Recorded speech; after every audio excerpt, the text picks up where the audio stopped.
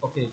Itong video na to ay turuan ko kayo kung paano naman mag-set up ng page or paano mag-print. During printing, nakaka-encounter tayo na ilang problema. Set up, adjusting margin, kung ano. I-assume natin na mahaba itong ating file. I-hide natin yung kanina natin hinayang. And then, for example, meron tayo itong ating kapaano sa education. And then, let's say,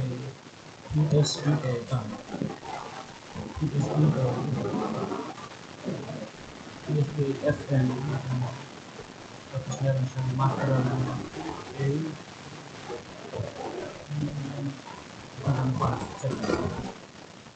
okay, so i-assume natin na i-print natin itong area mag-insert tayo kung saan na title, no? Kung natin i-print, for example, meron tayo insert kasi gusto natin mas tablet i-print insert tayo dyan ng isa title, for example, ano kung i-print natin, no? Employee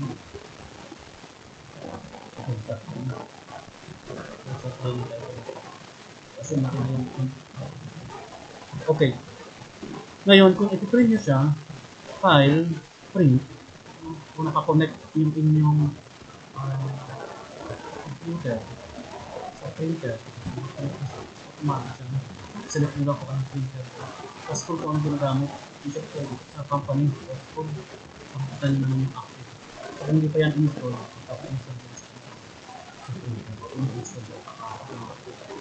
okay. So ngayon ay reset natin kung ating i-print dahil ito lang yung mapiprint once na pinrint natin yung ating ginawa, no? So makakap talaga siya. So print, so makikita nyo ito yung magiging outlook ng ating i-print. So ano lang yung mapiprint, makikita nyo dito yung page number. So pag inusunin siya dyan, yung kadugso makikita doon. Ito yung kadugso, page 1, page 2, magiging dalawa. So hindi siya kaaya ito page set, ano yung hindi kinalabasan ng pinag natin. So paano natin i-set yan?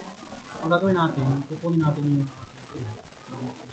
item, tapos magpapapala sa page na kailangan natin.